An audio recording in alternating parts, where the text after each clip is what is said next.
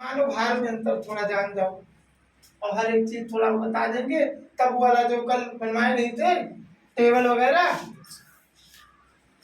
तब उसकी बात करेंगे। रहो चाहे कहीं और चले जाओ, ठीक। लेकिन भार की बात करें तो यहाँ पे रहेंगे तो ये आपका थोड़ा भारी लगेगा, पृथ्वी पर थोड़ा भारी रहता है, चंद्रमा पर जाने पर वही सामान यह हल्का हो जाता है। जानते हो कितना गुना कम हो जाता है? 1/6। यानी कोई चीज पृथ्वी पर भार बात करें, भार की भार बात करें, कोई वस्तु है, मान लो कोई वस्तु है, चलो क्या ले ले, मेज ले लेते हैं या अलमारी लो, अलमारी अलमारी मान लो अलमारी, यहाँ पे भार है उसका 30 न्यूटन। वैसे तो केजी वजी में तो कौन दिक्कत है, 30 न्यूटन का यहाँ पे भार है, ठीक है ना। तो ये आपका पृथ्वी पर अगर हो कितने न्यूटन का, 30 न्यूटन का, तो चंद्रमा पर यही भार जो होगा वो हो जाएगा 30 को 1/6 से गुणा कर दे तो कितना आ जाएगा, 6×6=30 यानी 5 न्यूटन होगा। तो कितना देखो वजन कम हो जाएगा, हल्का हो जाएगा। इस पे बल लग रहा है ज्यादा, तो जितना ज्यादा किसी पे बल लगता है उसको उठाना उतना ही कठिन होता है, तो इसमें बल ज्यादा लग रहा है तो इसलिए भारी लग रहा होगा। और वही जब चंद्रमा पे चले जाते हैं तो ये 5-6 गुना कम हो जाता है, ये 5 न्यूटन का उस पर बल लगा तो हल्का नहीं हो जाता है। इसलिए कहते हैं जब कोई चंद्रमा पे जाता है व्यक्ति, साइंटिस्ट लोग जाते हैं ना चंद्रमा पे, चंद्रमा पर पहला व्यक्ति जाने वाला कौन था, नील आर्मस्ट्रांग, नाम सुने होंगे, तो वो गया था। तो कहने का मतलब है जब वहां से वापस आए, अब तो पता नहीं कितने लोग जा चुके हैं। यहाँ से कौन गया था, भारत से राकेश शर्मा, सही बात है। अरे वो भी तो गई थी कल्पना, तो वो फिर वापस ही छोड़ी, मैंने गई थी वापस।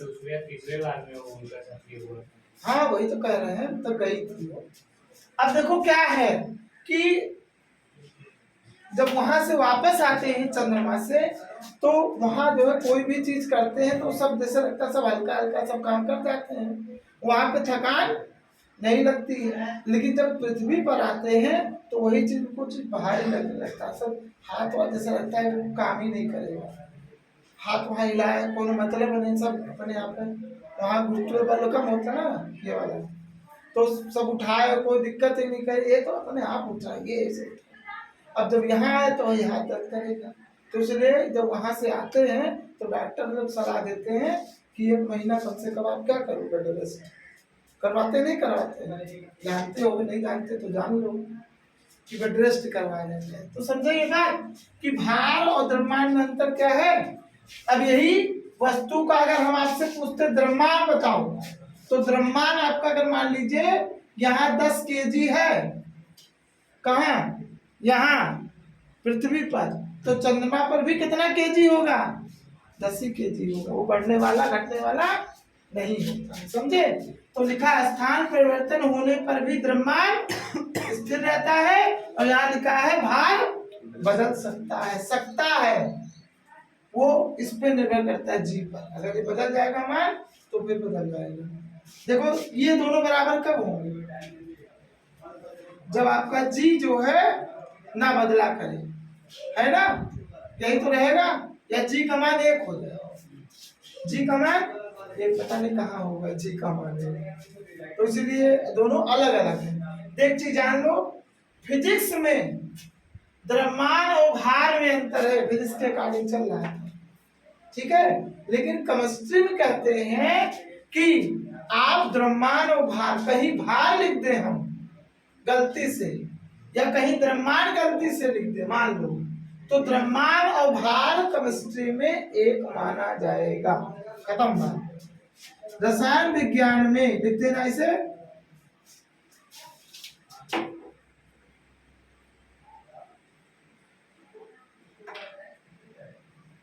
देखो बोल रहे हैं रसायन विज्ञान में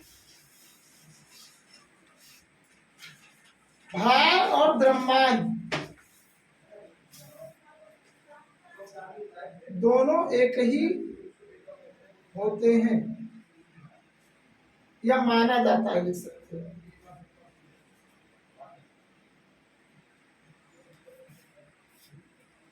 रसायन विज्ञान में द्रव्यमान और भार एक ही माना जाता है। जैसे आपने सुना होगा परमाणु भार, और कभी कभी परमाणु द्रव्यमान लिख देते हैं, तब दोनों एक ही चीज।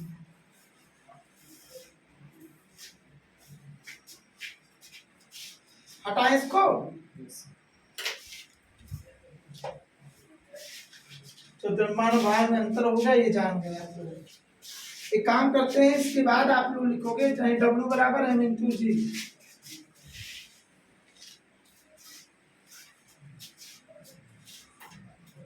अब एक चीज आप लिखोगे, द्रव्यमान हो गया, आयतन की बात कर लो। आयतन, आयतन को अंग्रेजी में क्या कहते हैं? वॉल्यूम, है ना। वॉल्यूम क्या होता है? आयतन कहते हैं पदार्थ जितना स्थान घेरता है, पदार्थ द्वारा घेरा गया स्थान, उस पदार्थ का आयतन कहलाता है। आयतन कहलाता है पदार्थ द्वारा घेरा गया स्थान, उस पदार्थ का आयतन कहलाता है। यानी जितना स्थान किसी पदार्थ ने घेर रखा है या छका रखा, जिसको हिंदी में बोलते हैं लोग, तो वही स्थान उस पदार्थ का आयतन कहलाएगा। ठीक है। जैसे ये कमरा, कमरा जितना स्थान घेरे, ये पूरा कमरा है ना, तो ये कमरे का आयतन हो जाएगा। कितना बड़े से बोलते नहीं है कि इतनी लंबाई, इतनी चौड़ाई, उतनी ऊंचाई, तीनों चीज होती है, नहीं होती है। तो आयतन में ही क्या आ जाता है? लंबाई, चौड़ाई और ऊंचाई। आयतन में ये तीनों चीजें आ जाती है। ठीक है ना, लंबाई, चौड़ाई और L, B और H तीनों आ जाता है। हमने इसकी बात कर रहे थे। ठीक। तो एक चीज बताया आपको, यहाँ पे जो इसका मात्रक होता है आयतन का, आयतन का जो मात्रक होता है वो सेंटीमीटर क्यूब भी हो सकता है, वो मीटर क्यूब भी हो सकता है, वो लीटर भी हो सकता है आयतन, वो मिलीलीटर भी हो सकता है, और एक होता है डेसीमीटर क्यूब, ये पांचों में हो सकता है। इनमें से किसी में भी हो सकता है। Centimetre cube, metre cube, litre, millilitre, decimetre cube. क्या बोले हैं? आयतन क्या होता है? पदार्थ द्वारा घेरा गया स्थान, वही उस पदार्थ का आयतन कहलाता है। ठीक है। अब इन सब में बता देते हैं कि कन्वर्जन कैसे करा जाए, एक दूसरे में कैसे इनको बदला जाए। तो सबसे पहले लिखते हैं 1 लीटर, या लिखा है 1 लीटर, लिखते हैं 1 लीटर, इसको L से लिखते हैं। 1 लीटर बराबर होता है 1000 मिलीलीटर, क्या लिखते हैं? मिलीलीटर। ठीक। 1000 मिलीलीटर, 1 लीटर बराबर 1000 मिलीलीटर। और कहते हैं यही इसके भी बराबर होता है 1000 सेंटीमीटर क्यूब के भी बराबर होता है। ठीक है। 1 लीटर बराबर 1000 मिलीलीटर भी होता है, और 1 लीटर बराबर 1000 सेंटीमीटर क्यूब भी होता है। या ऐसे समझ सकते हो, 1000 मिलीलीटर बराबर 1000 सेंटीमीटर क्यूब हो जाएगा। सब एक दूसरे के क्या है? बराबर है, सब एक दूसरे के। ये इसके बराबर है तो ये इसके बराबर है, ये इसके भी बराबर है। ठीक है ना।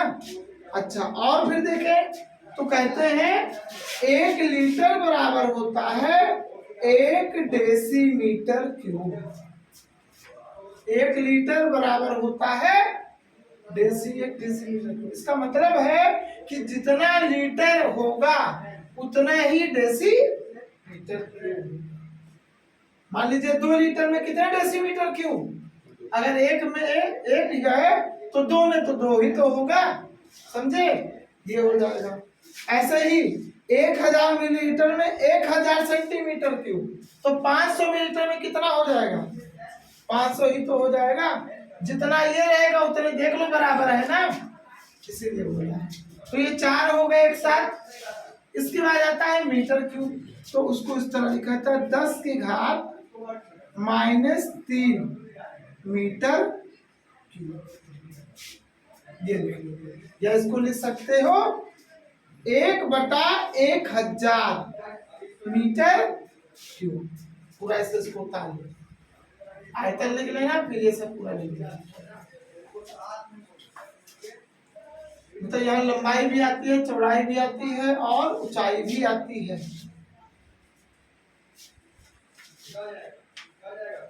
यहाँ लिख देते हैं मात्रक। मात्रक आपको इन्हीं 4-5 में से ज्यादातर मिलता है, 5 में से।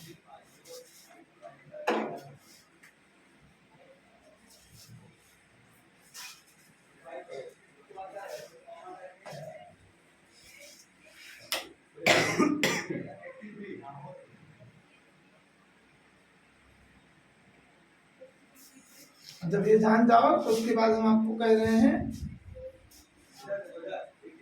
2 लीटर में कितना सेंटीमीटर क्यूब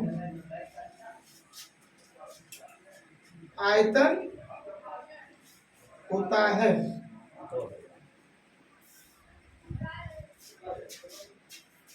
इसके बाद बताना 1 सेंटीमीटर क्यूब आयतन में, या 1 सेंटीमीटर क्यूब में कितना मीटर क्यूब आयतन होता है।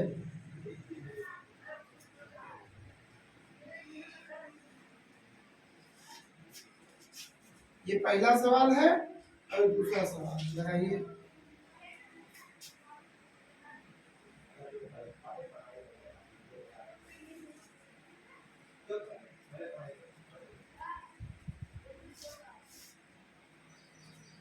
तीसरा देते हैं 1 मिलीलीटर में कितना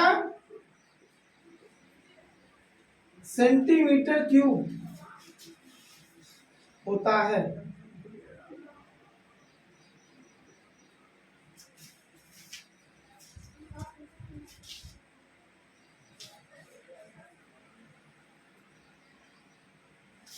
ये संबंध अगर याद रखोगे तो ये सब आसान है।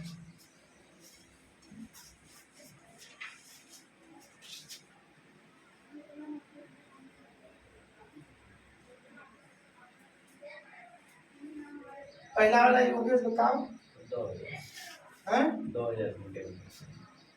2000 किसके किसके बीच संबंध निकालना था? लीटर और सेंटीमीटर क्यूब, है ना? अच्छा भर तो दिए हैं, कितना भर दिए?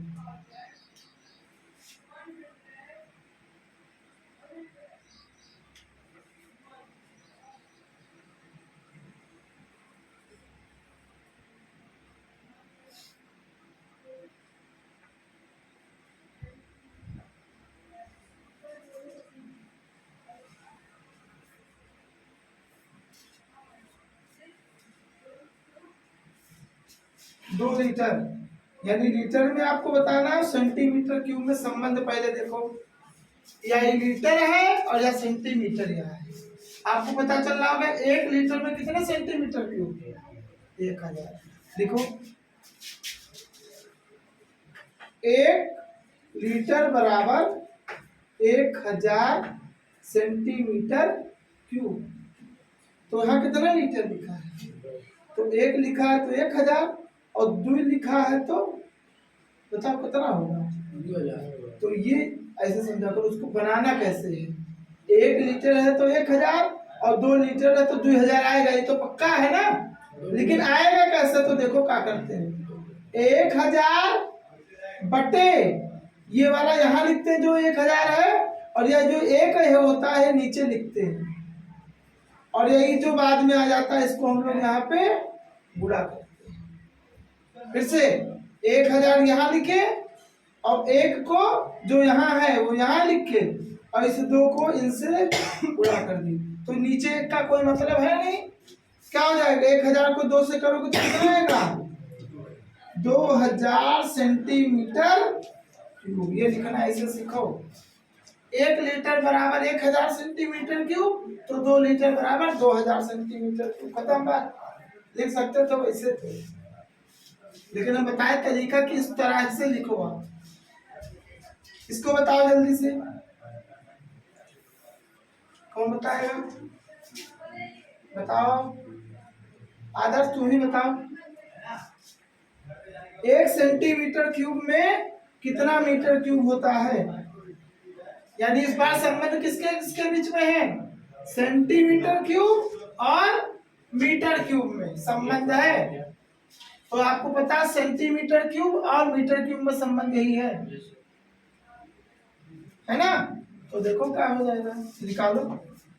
लिखेंगे 1000 सेंटीमीटर क्यूब बराबर कितना मीटर क्यूब लिखा है, 1 बटे 1000 मीटर क्यूब लिखा है कि नहीं लिखा है, बताओ। हम क्या बोले, संबंध आपको देखना है खाली, ऐसा तो है नहीं सब में इकट्ठा बता देगा। सब में बताएगा तो एक एक में हम बदलते जाएंगे। सेंटीमीटर क्यूब और मीटर क्यूब में संबंध क्या है, सेंटीमीटर क्यूब और मीटर क्यूब में संबंध यही है कि 1000 सेंटीमीटर क्यूब बराबर 1 बटा 1000 मीटर क्यूब होता है। बस यही 2 संबंध। जैसे यहाँ पे था लीटर और सेंटीमीटर में, तो लीटर यह है 1 लीटर और सेंटीमीटर यह है, तो 1 लीटर में कितना सेंटीमीटर क्यूब, 1000 था। ऐसे इसका भी है, तो 1000 सेंटीमीटर क्यूब बराबर इतना मीटर क्यूब होता है। तो आपको क्या कह रहा है, 1 मीटर क्यूब में कितना होगा, तो 1000 में इतना है तो 1 में कितना होगा, 1 सेंटीमीटर क्यूब में कितना होगा। तो 1 सेंटीमीटर क्यूब के लिए क्या लिखते हैं, देखो पहले इसको लिख लेंगे, है ना। फिर क्या कहें, इसको पहले लिखेंगे और फिर बटा इसको लिख लेंगे, और फिर गुणे इसको लिख लेंगे। क्या बोले थे हमेशा, इसको लिखेंगे फिर इस वाले को यहाँ लिखेंगे नीचे बटा करके, और इस वाले को बगल में गुणा कर देंगे। अब आपको एक चीज पता होना चाहिए कि ये बटे बटा वाला जब आ जाता है तो 1 बटे 1000 लिखा है, और यही जो आ जाएगा ये आपका नीचे ही रहेगा, और गुणा 1 तो है ही है, 1 का कोई मतलब नहीं है। सीधे कितना आ जाएगा, 1 बटे 10, कितना जीरो, 6 जीरो लिखते हैं मीटर क्यूब। सीधे सीधे लिख सकते हो, 1 गुणे 1 बटे 10 के घात 6 लिखते हैं, घाते 6 लिख देना, 6 जीरो है तो 10 के घात 6 मीटर क्यूब। चाहो तो इसको ऊपर ले आओ, ऊपर लाओगे तो जो साइन होता है घात के ऊपर वो बदल जाता है ऊपर आने पे, तो ये 10 के घात -6 मीटर क्यूब हो जाएगा। यही आंसर। देखो इसको, 1000 सेंटीमीटर क्यूब बराबर 1 बटा 1000 मीटर क्यूब। ये सब मैथ है, कभी नहीं पढ़ाया गया क्या ये वाला। इसको क्लास 8 में तो पढ़ाते हैं ना, क्लास 8 में का क्लास 7 तो बच्चे पढ़ाते हैं।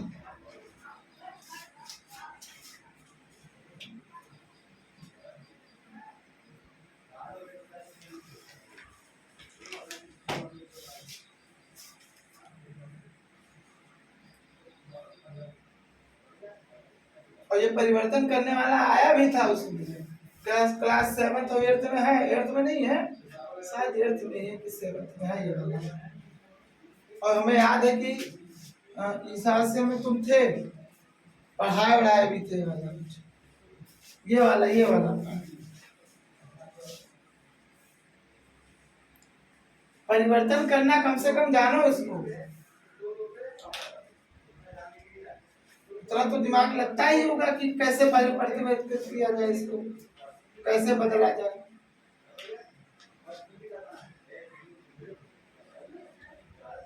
जैसे ये तो कहते हो दो आम 4 रुपए का, तो 4 आम कितने रुपए का, इस पे चल ही नहीं रहा है।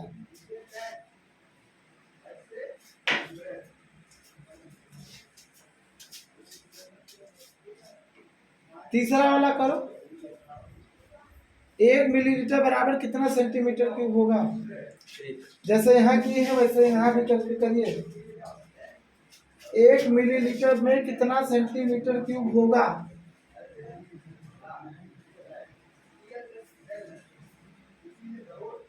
खाली संबंध पहले लिख लो, उसके बाद एक तरफ जहां पहले ऐसे लिखना मिलीलीटर और सेंटीमीटर क्यूब में संबंध, मिलीलीटर से सेंटीमीटर क्यूब में संबंध ये है 1000 मिलीलीटर बराबर 1000 सेंटीमीटर क्यूब।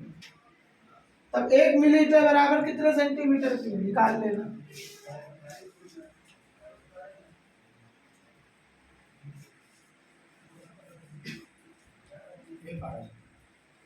हाँ 1 आएगा। अरे 1000 में 1000 है तो 1 में तो एक्स्ट्रा रहेगा ना।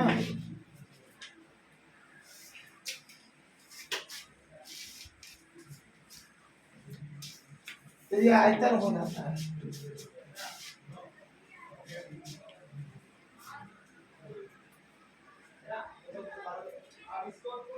चलो देख देते हैं, इसको करिए, हटाएं इसको, ऊपर वाला हटा दें। 2 लीटर में कितना सेंटीमीटर क्यूब, मान लो 3.5 लीटर दूध है, 3.5 लीटर दूध है, बताओ कितना मीटर क्यूब दूध है। 3.5 लीटर में कितना मीटर क्यूब दूध होता है, देखो 3.5 लीटर दूध में कितना मीटर क्यूब दूध होता है।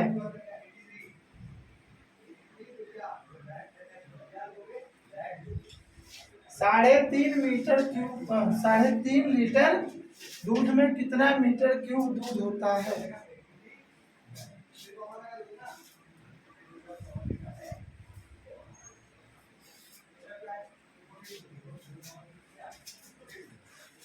लगाओ,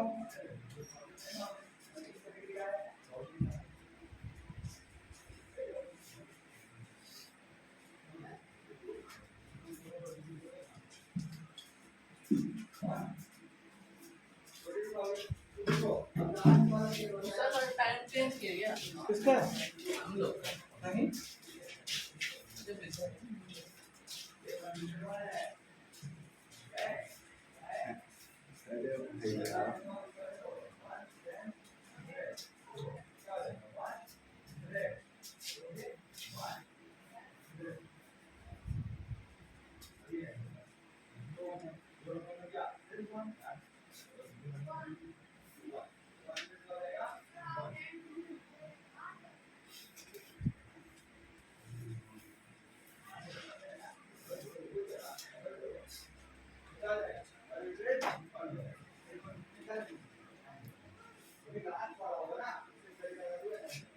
जिसमें जिसमें बदलने कहा है उसमें आप संबंध देख लो, तभी बदल पाओगे। 2.5 लीटर तथा मतलब 3.5 लीटर में कितना मीटर क्यूब होता है।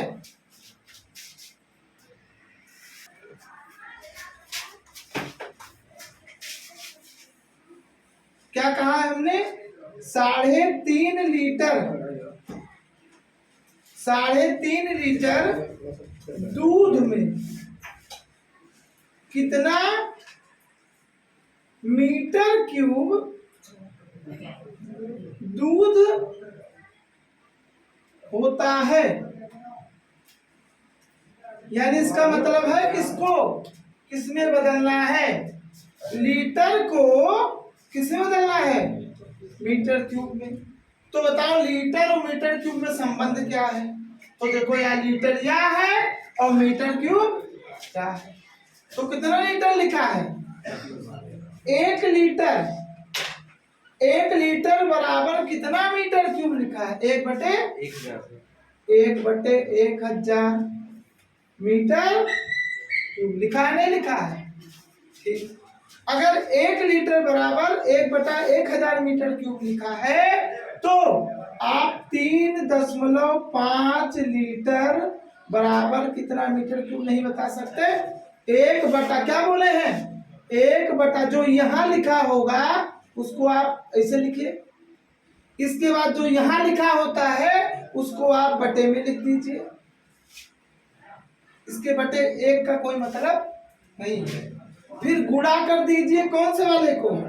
काहे नहीं समझ पा रहे हो? अगर नहीं समझ पा रहे हो तो इसको यहाँ लिखिए, इसको बटे में लिख दीजिए और इसको गुणे में लिख दीजिए। इसको यहाँ लिखिए, इसको नीचे लिखिए, इसको गुणन कर दीजिए।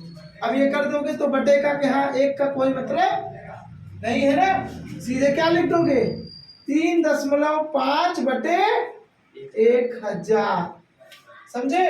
इसके बाद यहाँ से क्या कर, दशमलव हटाओगे ना, दशमलव यहाँ से हटा दिया जाता है।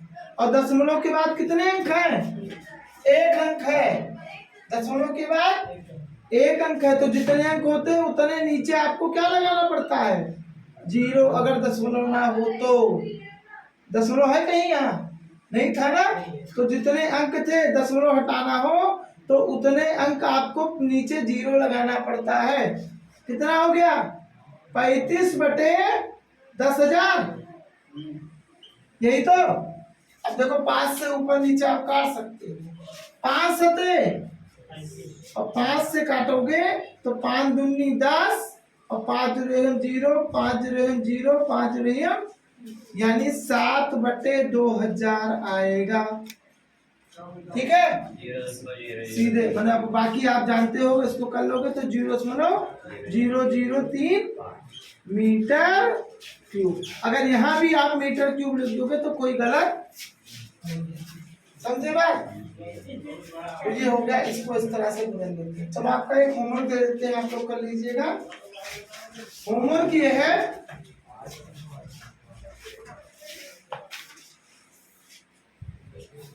250 मिलीलीटर 250 मिलीलीटर को डेसीमीटर क्यूब तथा मीटर क्यूब में परिवर्तित करें।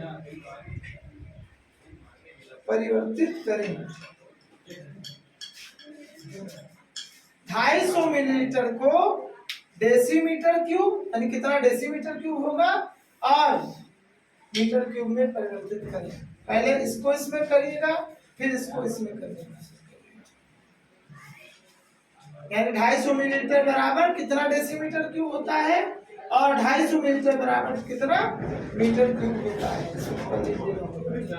ठीक है ना? बस